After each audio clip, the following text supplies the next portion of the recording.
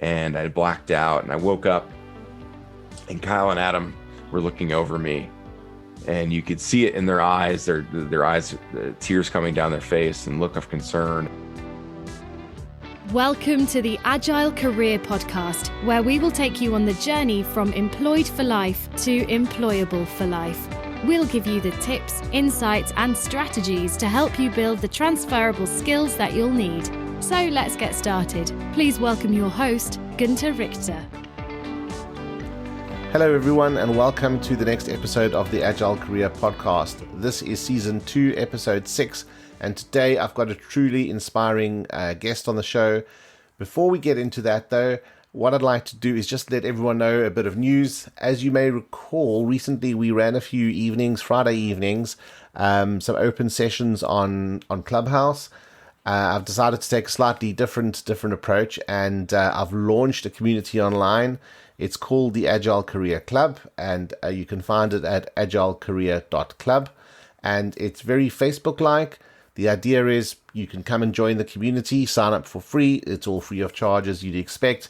You can meet like-minded people, share career stories, share updates and those sorts of things. And of course, ask questions to myself and some of my co-hosts that were joining me on Clubhouse and that have in fact appeared on this podcast.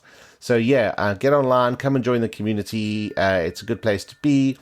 That's agilecareer.club. I'll put the link in the show notes. And I hope to see you inside. Right, so let's get into today's interview. As you'll know, many of my previous guests have had huge stories to share. They've made really big career changes. They've experienced life-changing events. They've overcome adversity. And many of them had featured an element or a flavor of sport. So I'm so excited to say that today's guest brings all of these to the table. I'm really excited to welcome Joe Delagrave to the podcast. However, there's a very powerful story about how Joe got to where he is today. And Joe is an athlete, he's a coach, he's a keynote speaker and motivational speaker. But I don't want to steal Joe's thunder. So Joe, welcome to the podcast. Welcome from Wisconsin in the United States today. I'm really glad to have you on the podcast. Yeah, thank you so much for having me. I'm excited to chat today and dive into my story, and hopefully listeners can take something away from it. That's the hope to do that. Maybe we can laugh a little bit, get deep, and get after it. So yeah, absolutely. Yeah, that sounds awesome. You said you're fully charged with a glass of water. You've done your workouts and all, and you're all ready to go. Do you want to start by introducing yourself and kind of what it is you do at the moment? Yeah, well, like you said, my name is Joe Delagrave. I live in Wisconsin. I always say the Caribbean island of Wisconsin because I mean it's just so tropical. No, it's not. It's not at all. But we have a lot of beer and a lot of cheese here. Big dairy land here in the States. But at any rate, I am a husband to April, a father to my 3 kids, Braxton, Braden, and Brinley. So that's first and foremost. And then the other hats that I wear is I am a Paralympic wheelchair rugby player, won bronze in 2012. Was an alternate in 2016 and training for Tokyo 2021 now. That will be going on in about 100 days time. And then I also am a keynote speaker and coach for the military and the Navy Wounded Warrior Adaptive Program. That's quite a vast set of skills and tools that you've got there. So that's brilliant to hear. I mean, you know, when I first, I guess just to let the audience know, Joe and I met each other on Clubhouse, and I think it was in a room talking about public speaking and that sort of thing. And when I heard about Joe's story, it was fascinating. It brought together all the elements, as I said in the introduction. But also touched on one of my passions, which is rugby. And I was like, wow, how small is the world actually, you know, when you start thinking about sport and your favorite sports and those sorts of things and how you can relate them to careers. And I guess the sport element has always been key for you, you know, looking at your background and I guess going back to perhaps before college, you know, when you look back at high school, what was on your mind in terms of career ambitions and where did you think you were going to go with your career? Back in high school, I just wanted to play sports. Like I loved playing sports all the way through growing up. And And I think looking back, one of the reasons was its built-in affirmation. I think a lot of men have the love language of affirmation. We love receiving praise and constructive criticism. That old pat on the back. I joke that, like, I think my wife needs to throw me like a party every time I take the trash out, type of thing. Like, and like we're built like that in a lot of ways, where we really crave that affirmation. And sports was where you could get that really well, from your coaches and teammates. And so I just loved being a part of something that was bigger than myself and figuring out where I fit in. I did plays and musicals as well. Like I was really good on the musicals. I was pirate number 7 in the Pirates of Penzance. Like, that's a big deal. That's a big deal. Not 8, number 7's. Like, that was a big deal there. No, but it's, whether it's a small part on a team or a play, being able to be part of something bigger myself was really, really fun, and just something that I really loved. And so looking forward into college, I was like, man, I really want to get a scholarship and go play in college, and whether that was football or basketball, my two best sports, and just looking through that. And so that was the big goal back then. And I just knew I had a passion for sports. So I was like, maybe I'll be a coach someday, maybe I'll whatever. But basically, like, the only thing I was thinking about is, can I play a sport in college? And that's great. You talk about a passion, and you obviously had the talent, and you were willing to put in the hard work, which, brought those pieces together really well, rather than having an ambition, and not having the other bits to match that. So you sort of progressed on that journey, very involved in sports in high school, then on to college, as you say, playing a lot of football in college. I guess, was sport very closely tied to your identity? Yes, 100%. Thank you for that softball question. That was perfect, man.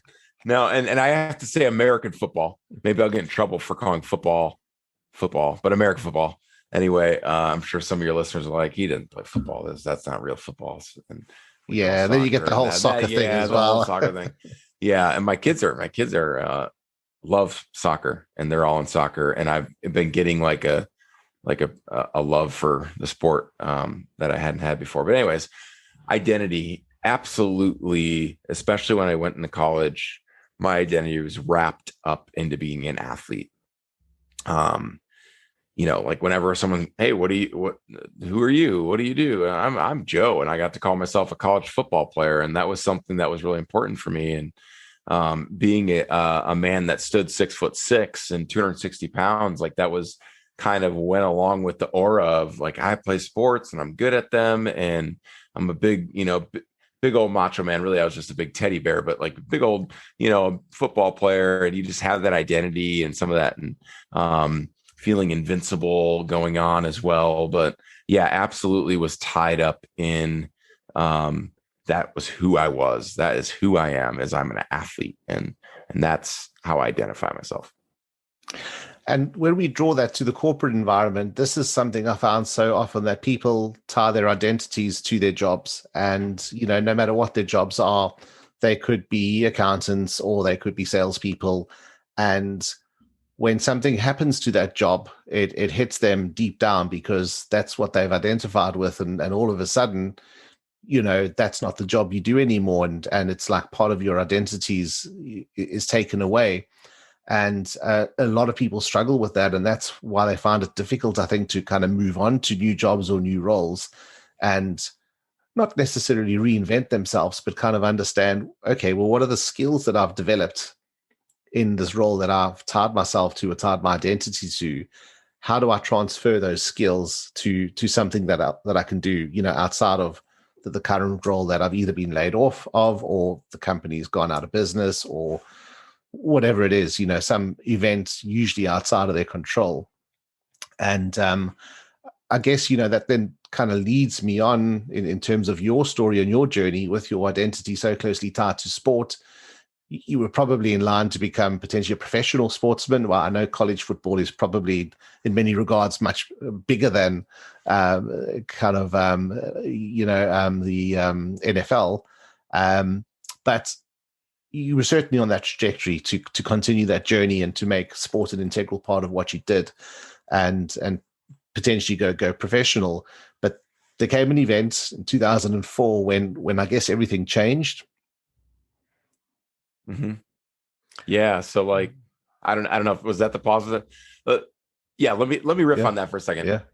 And you said something in the middle of that that's really profound, is talking about, corporate world and your jobs is tied up in your identity. And I think a lot of people like the root of it, because I get the root of it, because honestly, a lot of times we're like, well, you shouldn't find your value and worth in what you do or your job or whatever. But at the same time, like someone who does find value and worth in it, like they find purpose in it, it makes them successful. And like there's this dichotomy of not being just your sole identifier, but also doing a good job in the workplace. And I think a lot of it, the root of it, is our desire for I don't know, finding out what people think. Like we care what people think of us. We care if I leave this job, someone's going to think I'm a failure, or I'm going to let this person down, or I'm going to whatever it would be. And so then we don't go and pursue our purpose or our calling or something that we find in that passion and purpose intersect. And a lot of times, like we get caught up in our heads when really the people that you work with don't care. Your bosses probably don't care. They're just going to replace you anyway. Like we morph this up into thinking like we're bigger than life. And then the reality is we're not. And like all that to say, just step into whatever it is that you want to step into. Just take a step of faith. A lot of people think it's a leap of faith. It's really just a step. It's just one little step and another little step. And just kind of like, let's live a life where we're doing what we feel purpose to do, and not like, I want to make this person happy and this person happy and this person happy. And I don't know, I'm a recovering people pleaser. And so maybe I'm just saying that to myself to motivate myself. But yeah, in 2004, it was in between my freshman and sophomore year of college. I had played as a true freshman. That basically just means I didn't take a red shirt year like most people do. So I had a pretty good camp and was able to play that first year, which was an amazing deal. And so I'm just loving life right now. I go back to my hometown of Prairie du Chien, Wisconsin, which is a small little river town of about 5,000 people right on the Mississippi River that borders Wisconsin and Iowa. And so on a river town, you're always out on the boat, kneeboarding and fishing and goofing around and whatever, you pretend you're Huckleberry Finn and doing your thing. And Tom's like, it's just, it's adventurous as a kid being able to do that. And July 10th, 2004, I was out on the boat with my two best friends growing up, Adam and Kyle. We grew up on Ohio Street in Prairie du Chien, and Kyle was driving the boat. Adam was on the kneeboard, and I'm just sitting in the chair, enjoying the summer day. It's 75 degrees. It's partly cloudy. It's a beautiful summer day. And we're getting to hang out. We're all, fresh out of our freshman year of college. And at that age, you just have dreams and daydreams, and I want to do this and go. Like, it's just such a transformational years of your life where you're getting to like pick what you do and pick who you're with and pick where you go to school. And there's just so much newness to life. And there's a feeling of invincibility as well.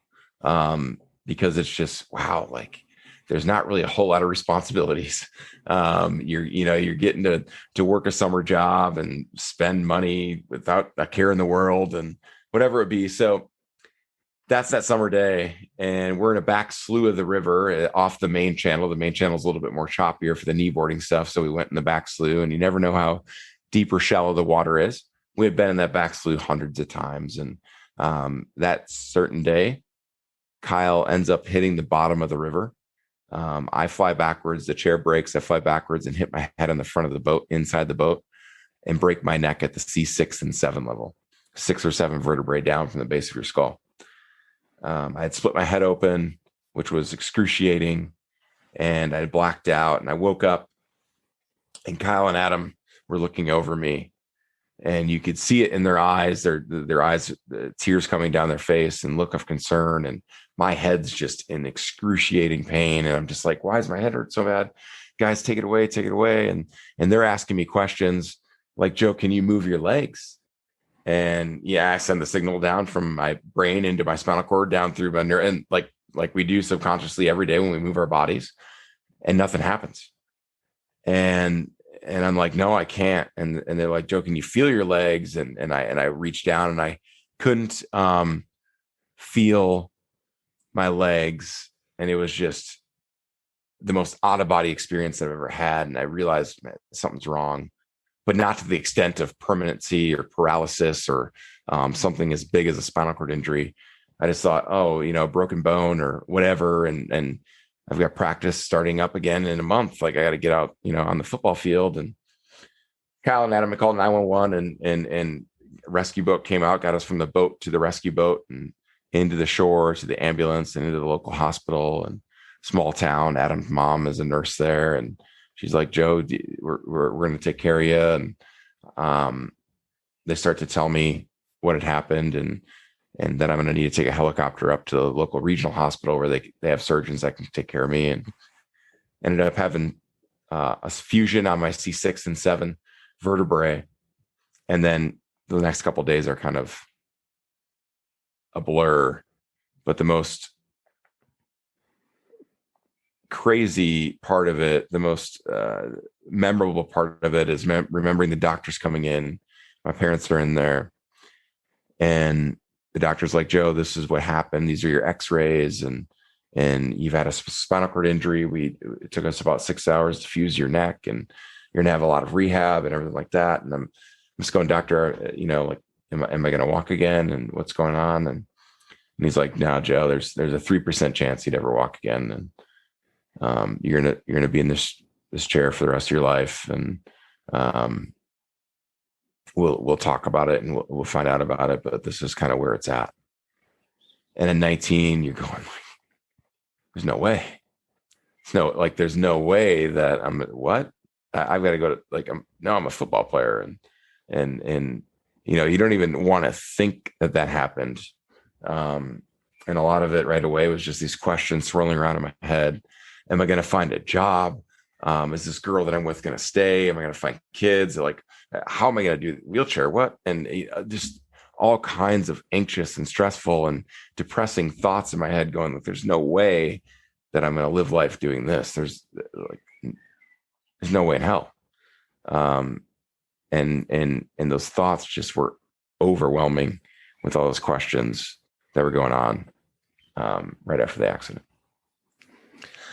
Well, I mean, that's significant. And as you say, from initially thinking, okay, well, this is maybe just broken something and I'll be up and going in a month, to, going from that positive mindset to a place where you've undergone an event so significant that most people would never, go through anything like that.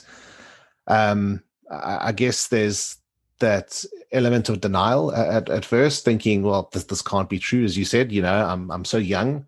I've got this bright future ahead of me. The kind of shock, and then of course, once you've accepted that, I guess this event has happened, there's this recovery process that you've got to go through now. And it's not going from playing football to some other kind of sport. It's the basics. And, you speak about this on your website. You had to learn to eat with utensils again, and you had to get used to using a wheelchair. So I guess your immediate focus was on kind of that immediate recovery and learning the basics again.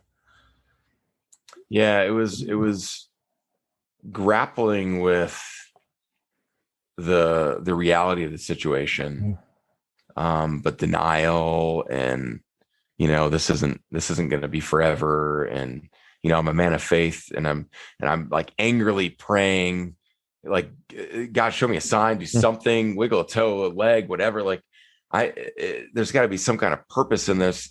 Otherwise, like, this randomly happen. He's like, you get philosophical about it, and you're like, what's the purpose in this, or why did this have to happen, and why me? Like, why am I? There's a lot of why me's when you go through something like this.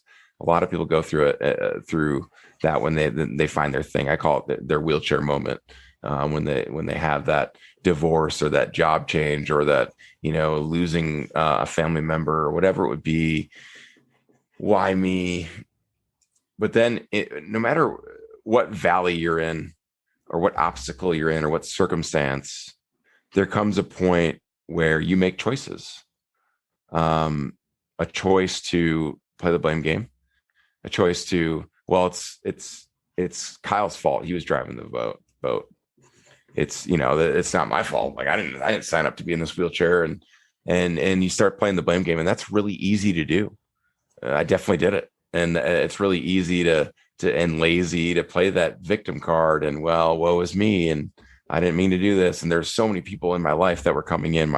My friends from Winona, my girlfriend April, who's my wife now, who's an amazing woman, and her parents and my parents, and friends from Prairie that came. And so there's so many support system around me saying it's going to be okay. And sometimes I believe them, and sometimes I'm like, that's a joke. Like I'm stuck in this hospital bed right now, completely paralyzed, and don't see really a way forward. And at other times it was a huge push forward to be like, you know what, maybe I should get out of this bed. And there came a time where I needed to let go of thinking that I could do it all by myself.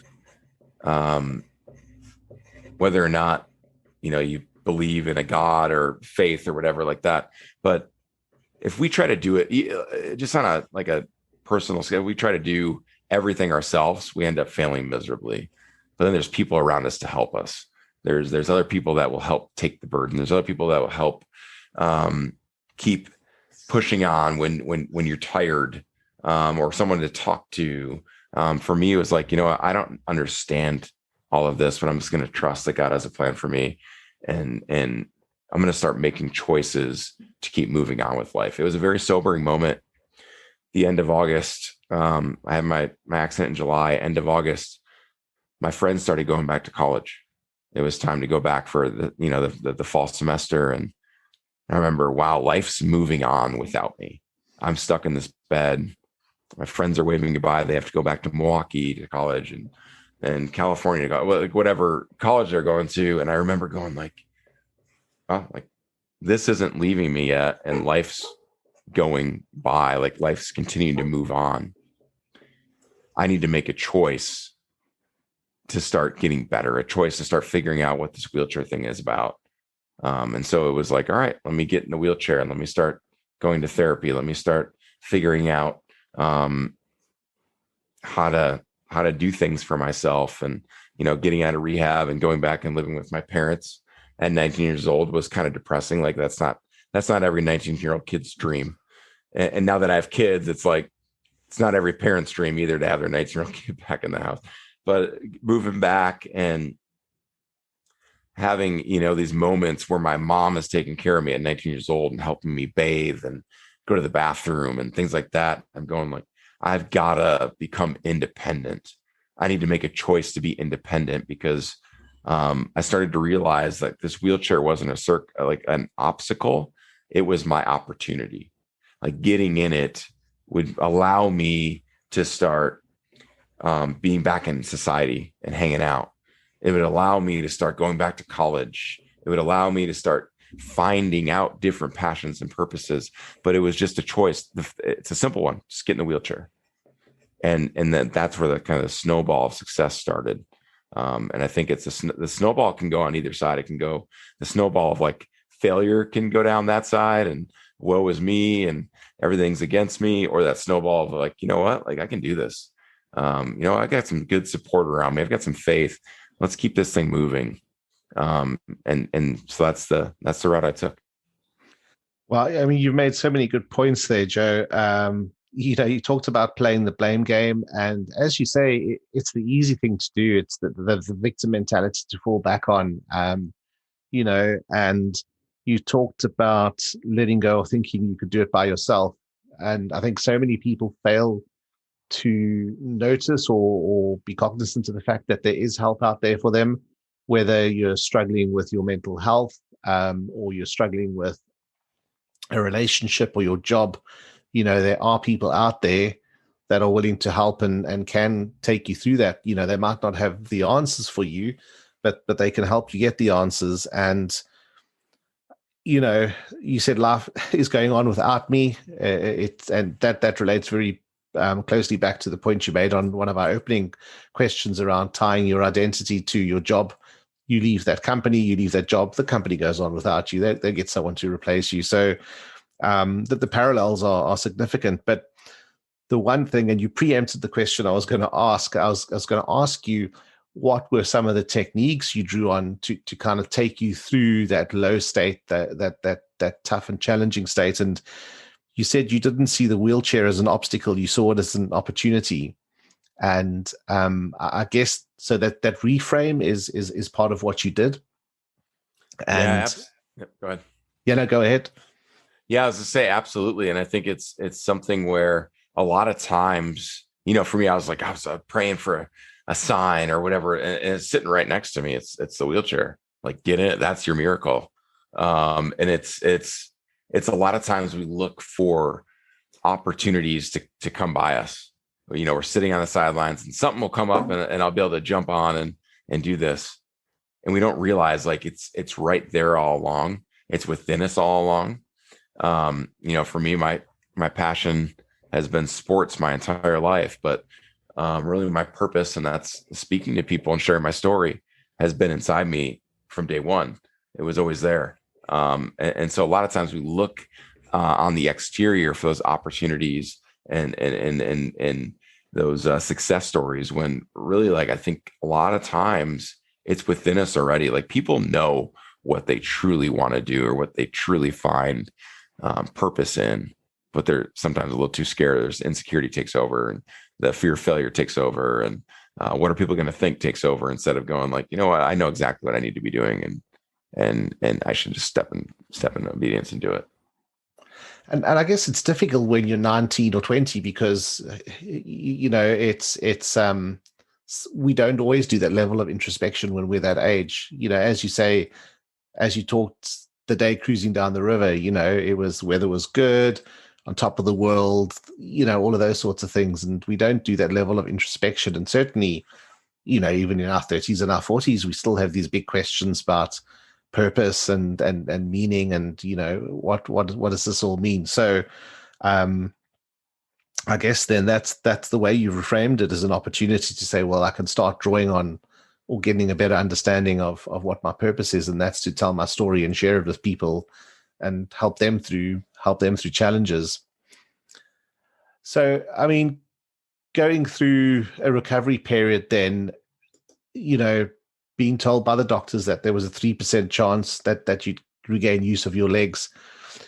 When did you start thinking that, hang on, I can still do sports? When did that shift happen around, getting the foundations in place and getting mobile again, getting to grips with the wheelchair? When did it dawn on you that, hang on, there's something else here? I can still do sport. Yeah, it took me a while. It took me a long while. It was frustrating at first because there's a couple people that said, "Hey, there's adaptive sports, you can do that." And I thought I was better, but I was still pretty much in denial about, I don't want to be labeled disabled or a person in a wheelchair or man with and so I didn't like to take pictures. I didn't like to be really out in public. I didn't really like to, I thought wheelchair sports were pathetic. I thought, there's no way that they're going to quench my competitive fire. There's no way that I can find passion in something that looks like they're just out for a hug type of thing. No way.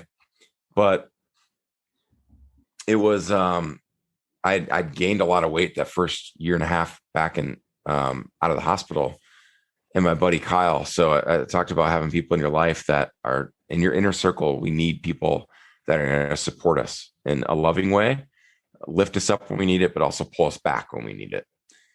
Kyle's like, man, maybe we should go weigh you. And in a very loving way, he was telling me, "Hey, dude, you're really fat and you need to figure it out." That's pretty much what he was telling me. We ended up getting weighed. I ended up weighing 285 pounds.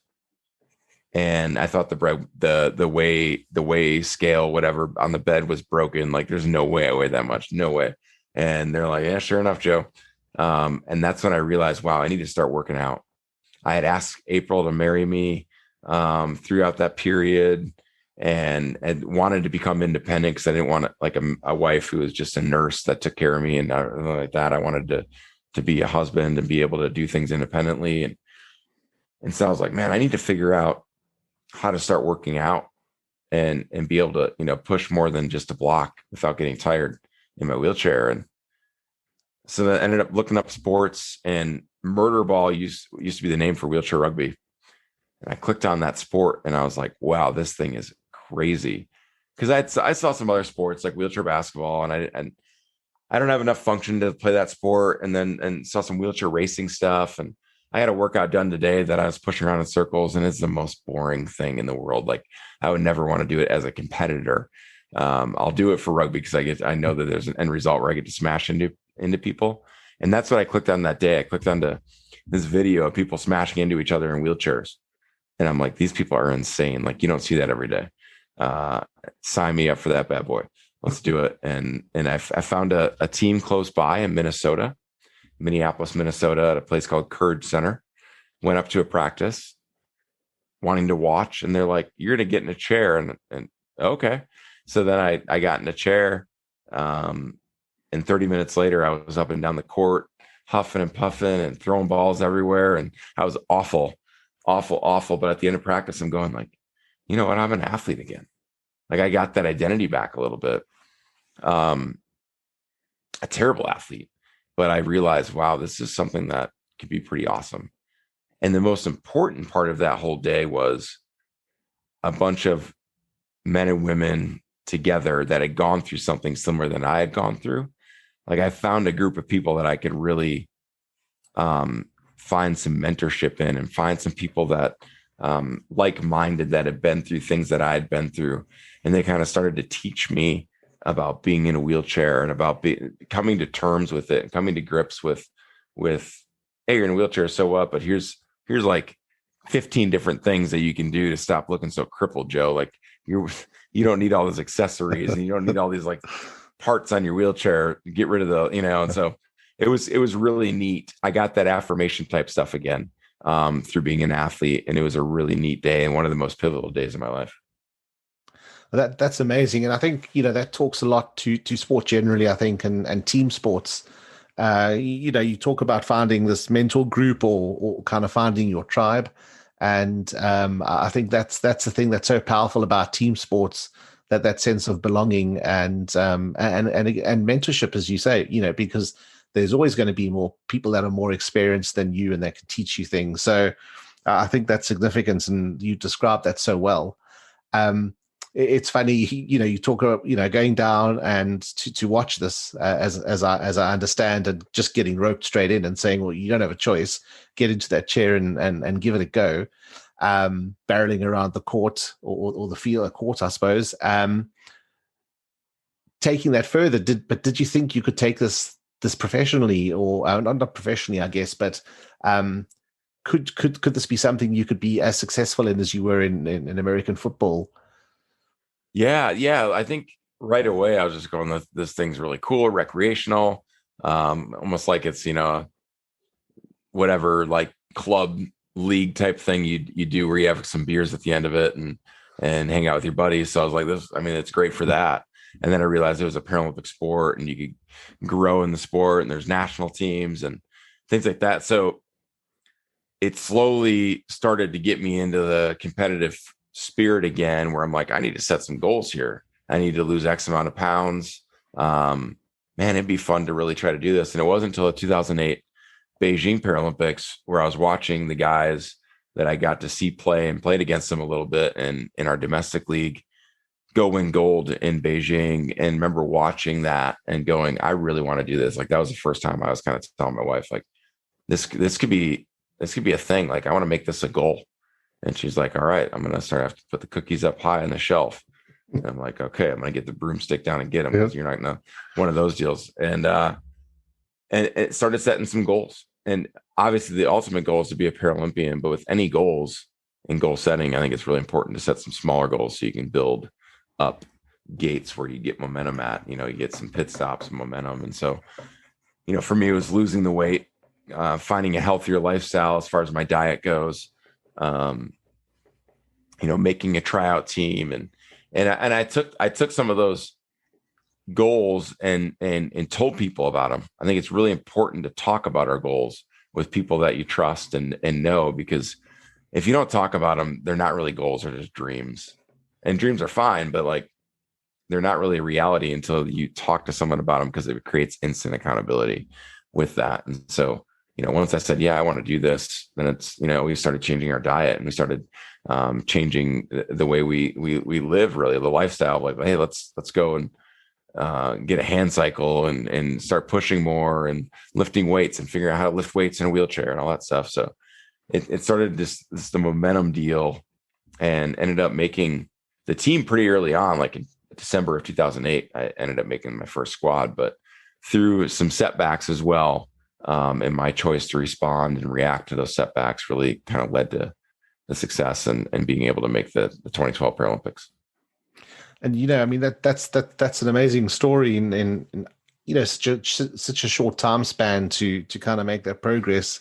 And I think the two things that stood out to me there were the two bits of advice you gave were setting those smaller goals, because it's sometimes difficult when we set that lofty goal and it's like, there's no path. How do I know how to get there? And how do I, in fact, measure my progress? I might be 10% of the way or 90% of the way, but I don't know. And people sometimes give up. And making your goals public, the accountability that you spoke about is, I think, significant. And it could be the same for weight loss. It could be launching a product or getting a new job or whatever it is. I think that's a great piece of advice. So I guess then making the team, and you've achieved significantly in the sport. Your list of accolades is serious, and just to summarize some of the key points: competitions in the UK.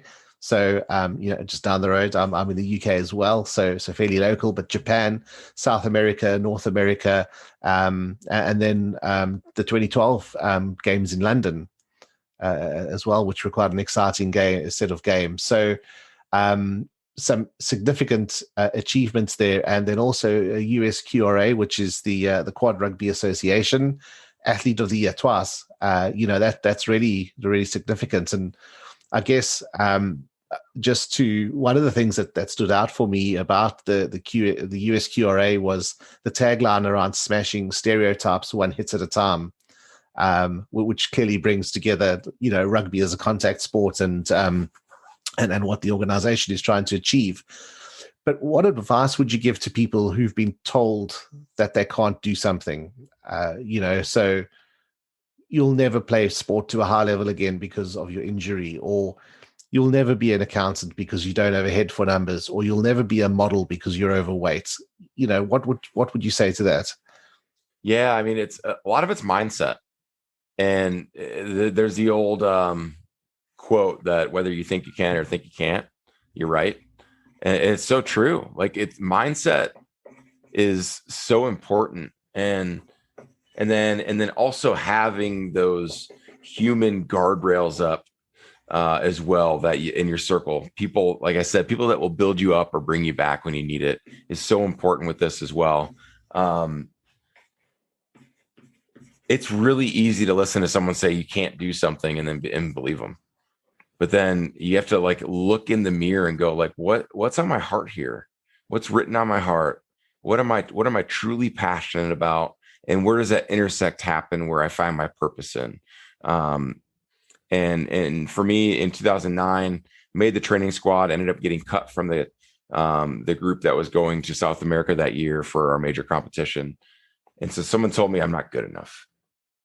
And instead of going, well, all right, well, I'm less than, or I'm not enough, or I'm not good enough, or whatever it be, and I might as well just never play again.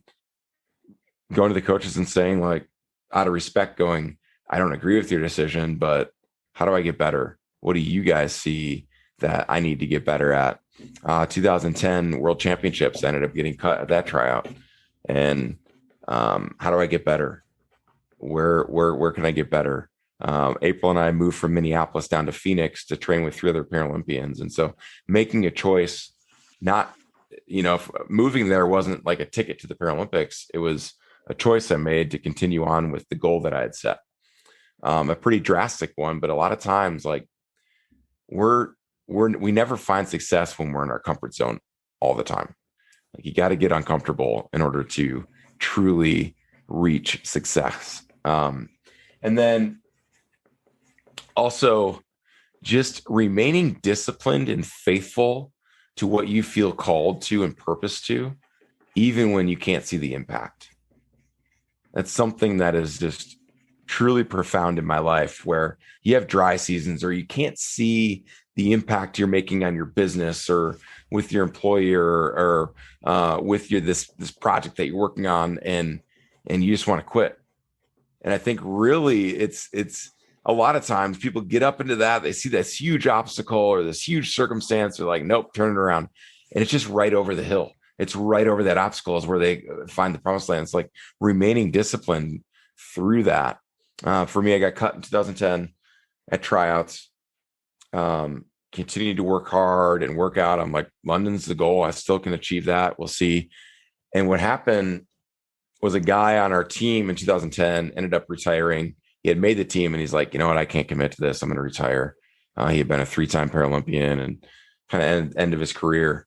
And so the coach had called and he's like, hey, Joe. And I'm like, oh man, like I kind of found out about it through the, the word travels fast. And I'm going, he's calling me to be on the team. And so I'm like, what's up, coach? I'm feeling all good. And he's like, so do you want to come and do a tryout? And I was kind of, tryout? What? Like I was thinking this guy was calling me to be on the team. I'm like, yeah, I'll come do a tryout, whatever.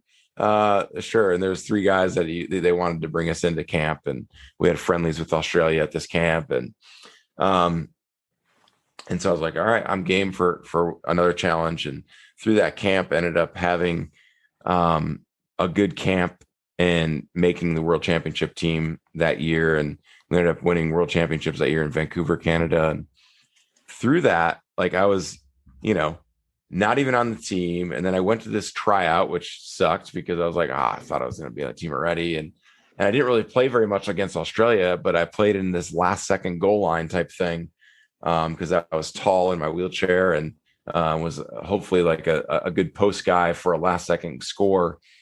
And they used me kind of as a decoy, and it kind of worked. So like I didn't play very much. I got cut like twice in the span of 3 years, but I remained faithful and disciplined to what I thought I was going to do and my goal. And it ended up working out. And that's how I got on the team. And the rest is history for those couple of years. Obviously, 2016 is a whole different story as well. But it's taking whatever opportunities and running with them. And a lot of times it looked like an obstacle, but it really was an opportunity, because every single time we fail, there's a choice in there. How are you going to react to it? You can play the blame game again, or you react and say, you know what, like, let's find the opportunity in this. How do I get better? And it's always a time where you can challenge yourself to look in the mirror and take personal responsibility, no matter what the outliers are, what the outside influences are to what got you there. That's a great point. Looking at that event, as you say, it's an opportunity, and asking the question as you did, Coach, what can I do to get better? Lots of people are uncomfortable asking questions like that because sometimes you don't want to hear what you don't want to hear. You don't want to hear what you know is true.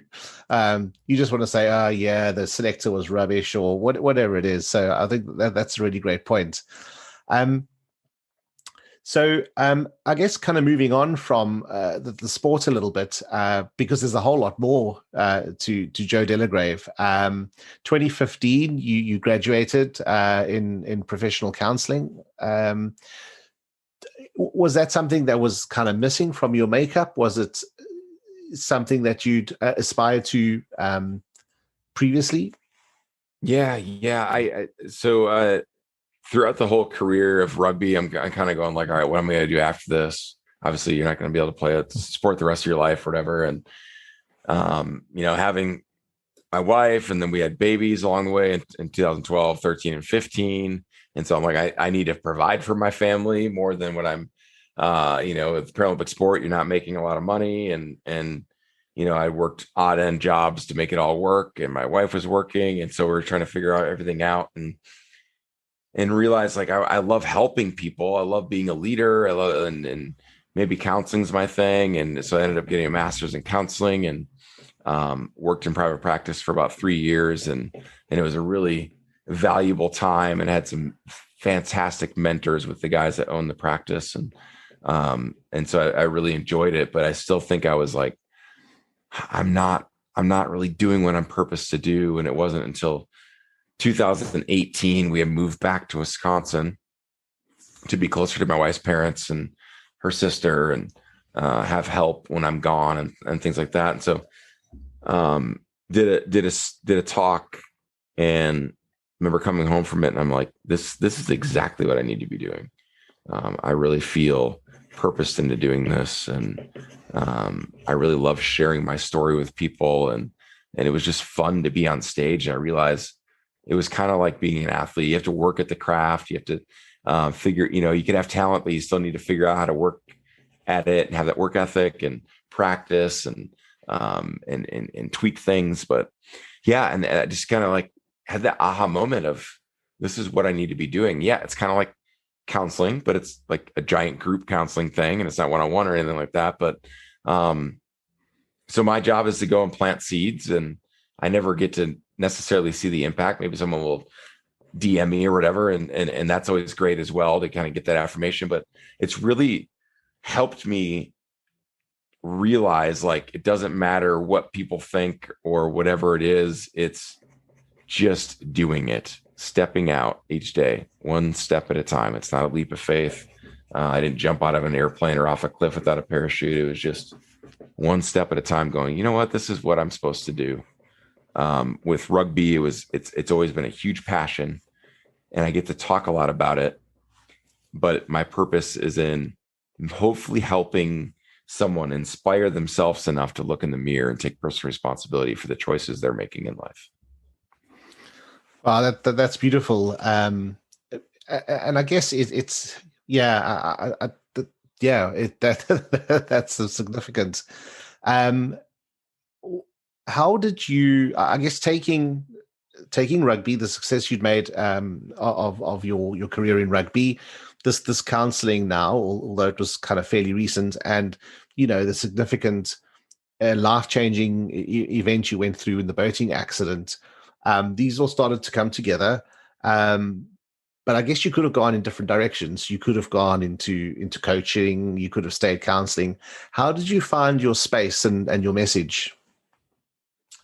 Yeah, it was remembering back when I was 19 years old and I had all these questions swirling around in my head of who I'd be and what I'd do and who I'd be with and if I'd have kids and all these things. And then everything kind of played out over the course of the last almost 17 years now.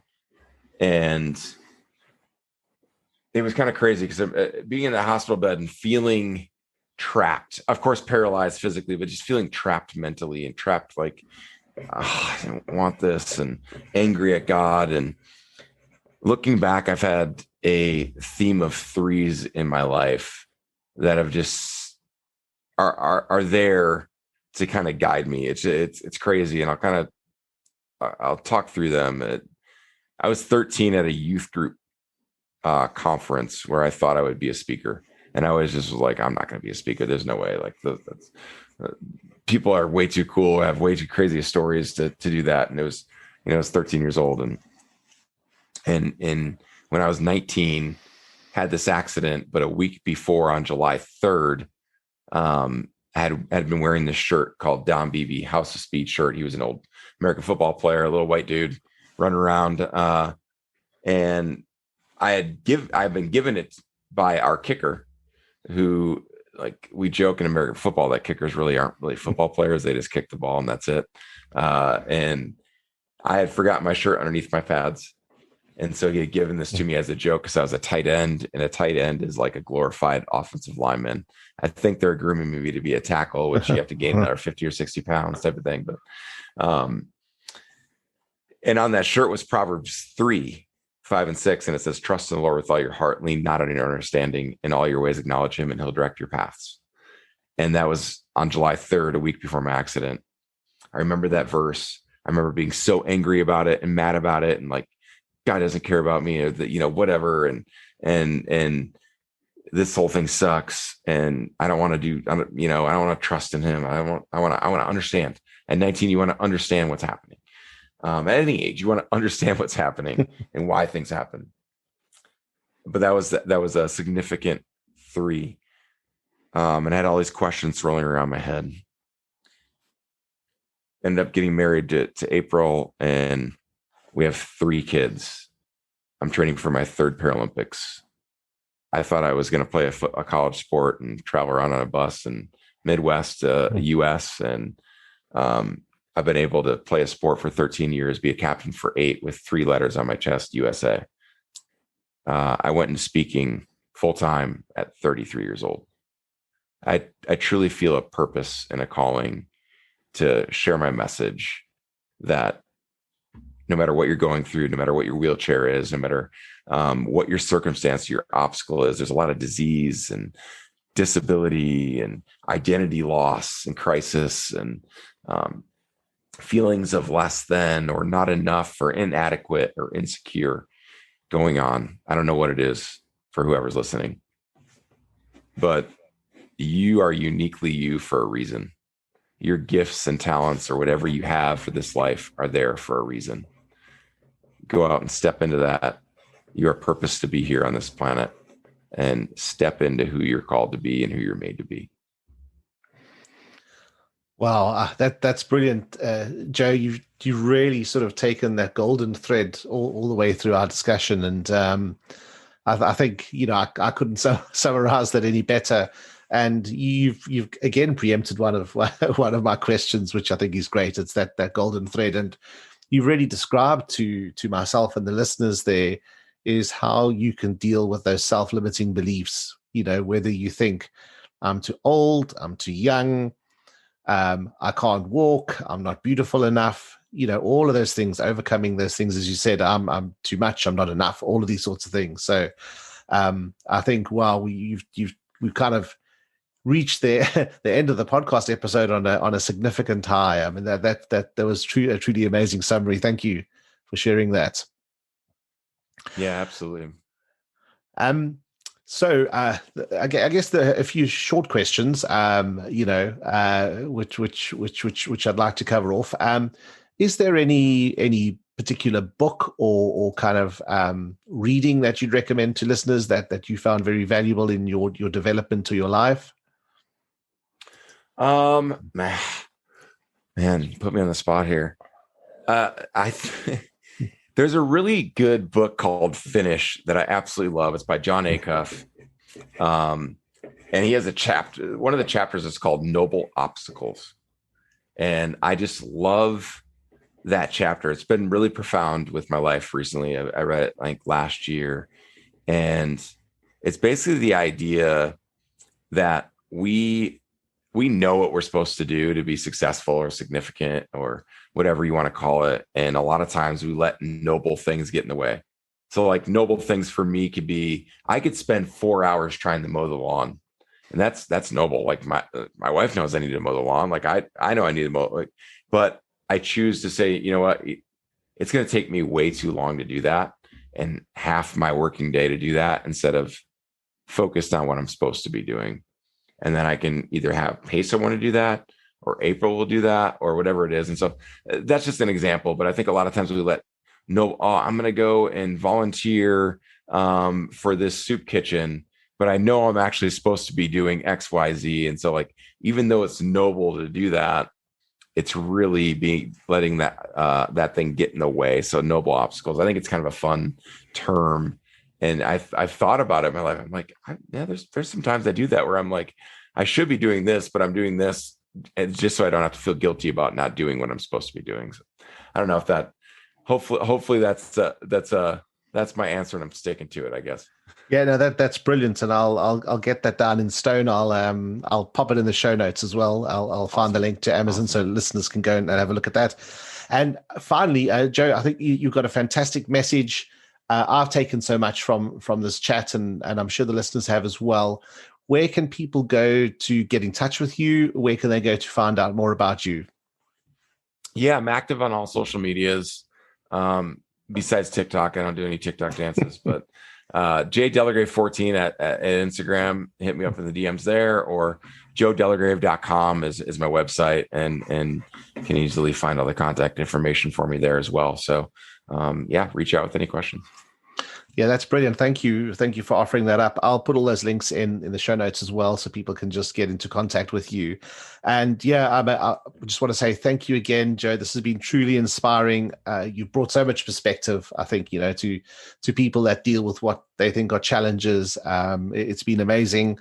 And good luck for Tokyo coming up in August, I think it is. Yeah. 111 days, at least from the recording. It's our first game, so I'm super excited. Brilliant. Yeah. Add up those 3 1s and you get to 3. Yeah. Perfect. So it's awesome. It's a brilliant countdown. So all right, brilliant, Joe. Thank you so much, and I look forward to talking to you in the future. All right, awesome. Thank you so much for having me on. Wow, what a truly inspiring story. I'd just like to say thank you to Joe again for appearing on the podcast. I really enjoyed that. I took so much away from it. It was brilliant. And I hope you did too as the listeners. Now, I normally summarize some of the key points at the end of each interview. I'm not going to do that today. Joe did such an awesome job as he drew that sort of golden thread through for us and ended on that high note with that awesome kind of summary. So all I'm going to say is thank you to Joe. Thank you to you, the listeners. I hope you enjoyed that. And I look forward to seeing you on the next episode.